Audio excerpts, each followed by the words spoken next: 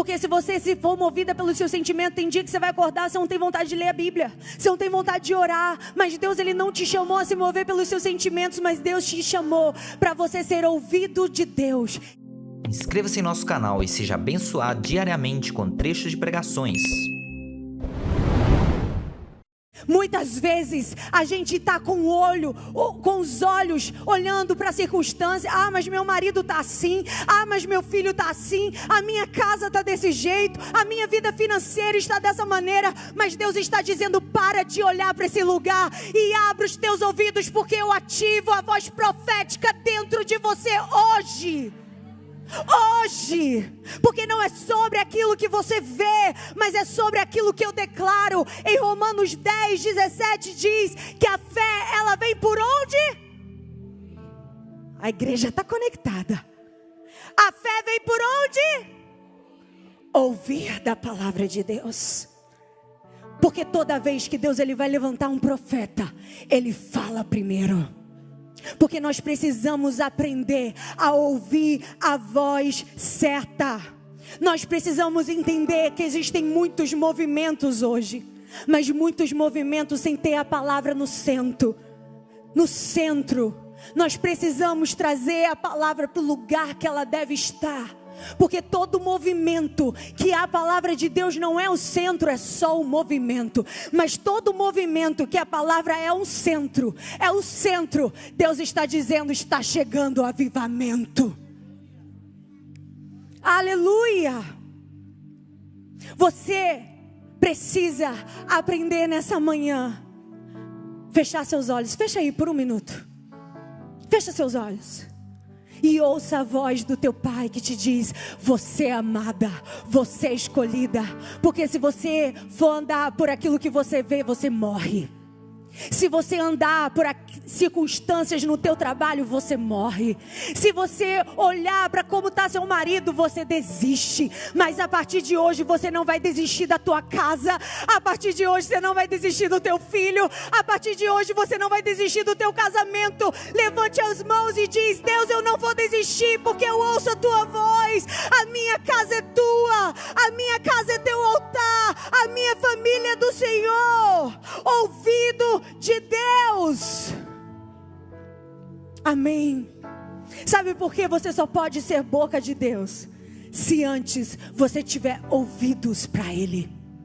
Você só pode ser boca de Deus se os seus ouvidos forem dele. E aí o Senhor, quando eu estava estudando essa palavra, o Senhor me fez perguntar: seus ouvidos têm sido meus ou seus ouvidos têm sido da voz do inimigo? Os seus ouvidos têm sido meus ou os seus ouvidos têm sido das tuas emoções? Sabe por quê? Se você se levar pelo teu coração, você não vai parar em lugar nenhum. A Bíblia diz que enganoso é mais do que todas as coisas o coração do homem. Deus não te mandou você se mover pelos teus sentimentos. Você acha que todo dia eu acordo com vontade de orar? Não. Você pensa: Jennifer, aí uma bênção. Eu mato a minha carne todos os dias. Eu renuncio a minha preguiça todos os dias. E eu digo: Deus, eu vou buscar a tua face.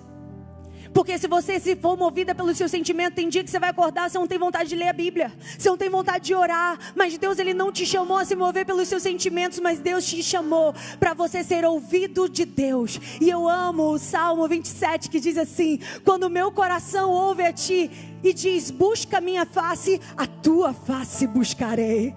Existem momentos que você vai acordar de madrugada e Deus vai dizer: busca a minha face. Ah, mas eu estou com sono, eu estou cansada. Mas você vai dizer com o coração aberto: a tua face, Deus, eu buscarei. Eu dou uma resposta ao teu chamado. Eu estou falando do profeta Samuel. Ele tinha 3 atribuições em seu ministério. Se você estiver anotando, anote. Ele era profeta. Segundo, ele era sacerdote. E terceiro, e muito importante, o Senhor ministrou algo poderoso ao meu coração nesse terceiro: ele foi o último juiz de Israel. Ele foi o último juiz de Israel. Porque o povo de Deus era um povo teocrático. Era um povo que tinha Deus no centro. E Deus levantava juízes para comandar o povo, para direcionar o povo. E Samuel foi o último juiz de Israel. E o contexto que a gente está falando aqui dessa história começa com quem? Com Ana, que foi falado aqui. Ana era uma mulher estéril, amargurada de espírito, como diz a palavra. E ela tinha uma mulher ao seu lado, esposa também do seu marido, que se chamava Penina. Diga comigo, Penina. E algo o Senhor ministra toda vez que eu falo de Ana a respeito dessa história.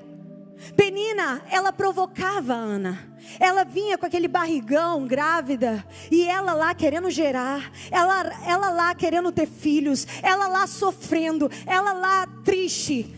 Penina não foi uma mulher que disse: eu vou orar com você, eu vou estender a mão com você, você vai gerar um filho, a gente vai se alegrar. Mas hoje Deus está destruindo esse espírito.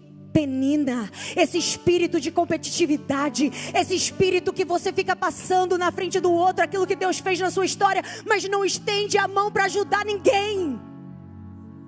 O que Deus fez na sua vida é para você ajudar alguém, porque se não for isso, não tem propósito.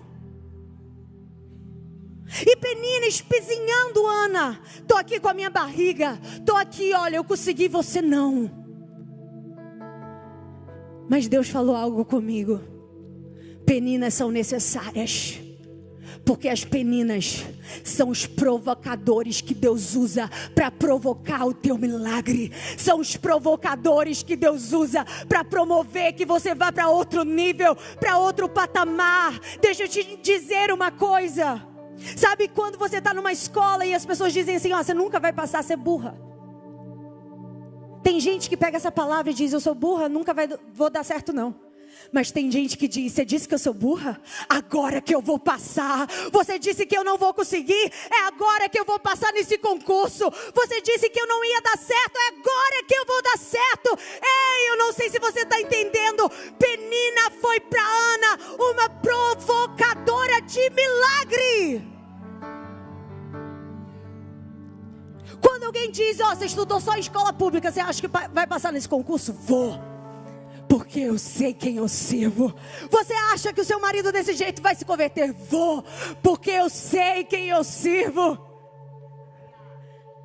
Existem peninas que só vão servir para você fazer a oração que você nunca fez na sua vida.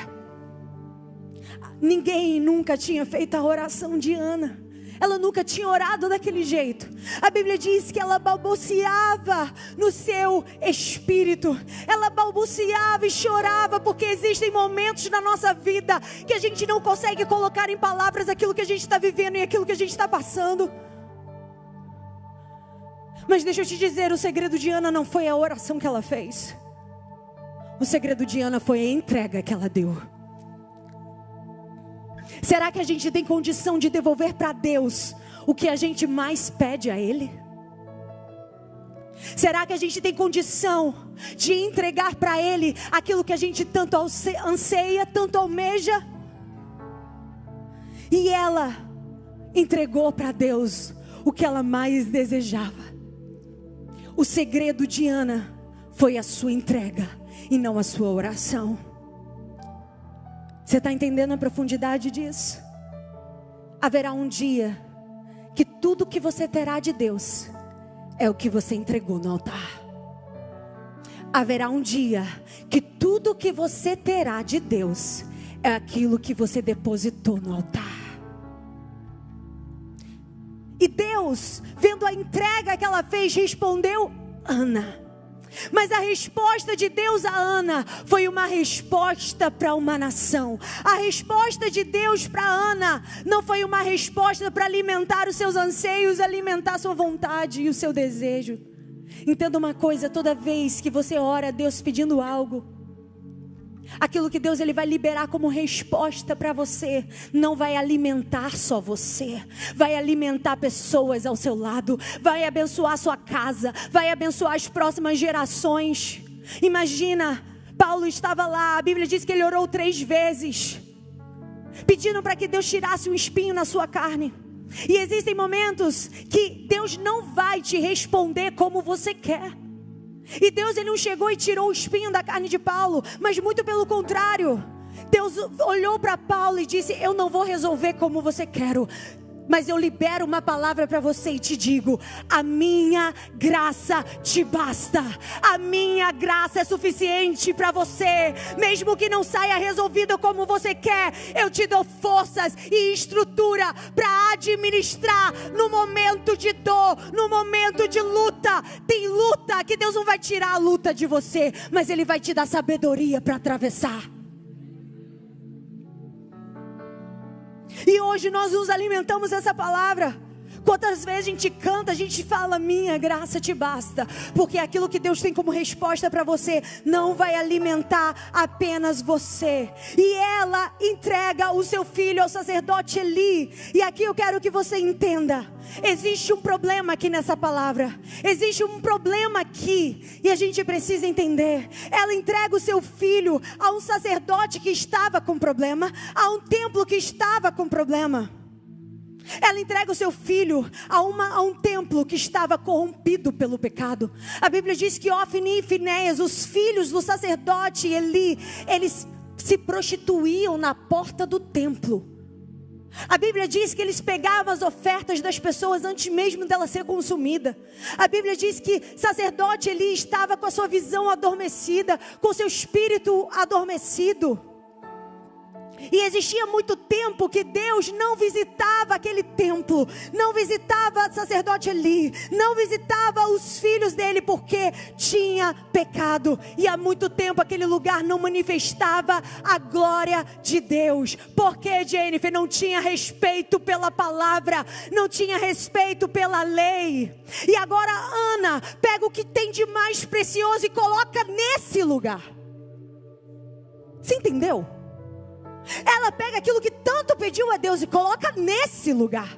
Um lugar sujo, um lugar onde a glória de Deus não estava, um lugar onde o sacerdote estava corrompido. E ela pega e coloca o seu filho diante de um sacerdote que tinha cara de sacerdote, roupa de sacerdote, falava como sacerdote, mas a presença de Deus já tinha ido embora há muito tempo. E aqui a gente precisa entender: tem muita gente que faz cara de que Deus está enchendo, mas a presença de Deus já foi embora. Tem muita gente que fala em línguas estranhas, mas Deus já foi embora há muito tempo. Porque o que salva não é o dom, o que salva é o fruto do Espírito. E muitos vão chegar naquele dia: eu profetizei, eu falei em línguas, eu expulsei demônios, e Deus vai dizer: eu não te conheço. Porque o que te salva é a manifestação do fruto. É quando você, com o seu ímpeto, você engole sapo e sopra borboletas. É desse jeito, né? Você engole o seu eu. É difícil, mas é aí que Deus, ele vai mostrando que Ele é real na sua vida. E ela pega o seu filho e coloca ali. Entenda uma coisa: Ana queria colocar o seu filho num lugar onde ele teria acesso a Deus. Ana queria colocar ele num lugar onde ele ia se doar às coisas de Deus. Mas Deus não estava naquele lugar. E eu acredito muito que a gente é um produto do meio que nós estamos. Nós somos um produto da convivência que nós vivemos muitas vezes. Não é uma regra, toda regra tem sua exceção. Mas se eu ando com determinadas pessoas, a Bíblia diz: se eu andar com sábios, eu me tornarei mais sábio. Mas se eu andar com os tolos, eu também me tornarei tolo. E existia uma grande possibilidade para que o Samuel, o filho de Ana, fosse um novo sacerdote Eli. Yes! Fosse um novo sacerdote Eli, corrompido, que não tinha respeito pela palavra. Imagina, ele cresceu nesse ambiente, e ele tinha tudo para ser um novo. Ele era uma promessa, mas ele tinha tudo para se tornar um fracasso, porque o contexto que ele estava era esse. E aqui eu quero abrir um parênteses para falar algo que o Espírito Santo mandou dizer para mães. Quem é mãe aqui? Levante a mão. Gente, eu não sei, mas Deus, ele só tem falado muito de maternidade comigo. Não sei porquê. Não sei porquê. Acho que está chegando a hora. Eu tenho que me render. E quando eu estava estudando essa palavra, o Senhor falou: fale para mães que carregam culpas. Fala para mães que muitas vezes colocou o seu filho no lugar onde você achava que ele ia ser abençoado, mas ali ele foi bulinado, ali ele foi ferido, ali riram dele. Mães que carregam culpas no seu espírito. Deus está dizendo: não carregue culpas, porque eu não coloco culpa sobre você. Deus está dizendo para mães que carregam culpas aqui neste lugar: eu não fui uma boa mãe, eu não fiz isso, eu não fiz aquilo, e tem andado sobre culpas, mas hoje Deus tira a culpa e diz: eu tenho controle da história, eu faço como eu quero. Imagina, a Ana colocou no lugar onde ela esperava que o seu filho tivesse acesso a Deus. Quantas vezes você diz: eu vou colocar o meu filho na melhor escola, e naquela melhor escola o seu filho, ele se perde ali. Quantas vezes você diz: eu vou fazer isso para o meu filho, vai ser o melhor para ele. Você quer dar o seu melhor, mas muitas vezes aquilo é revertido, aquilo se torna algo ruim, e você carrega uma culpa. Mas Deus está dizendo: eu tenho o controle da história, e no meio daquilo que parece contrário, eu vou usar para amadurecer o teu filho, para ele ter uma experiência com a minha voz, para ele conhecer a minha glória. Mas essa culpa não te pertence, não carregue mais. Quem recebeu? Deus falava muito forte comigo sobre mães que carregam culpas. Saia desse lugar hoje, porque esse lugar não te pertence.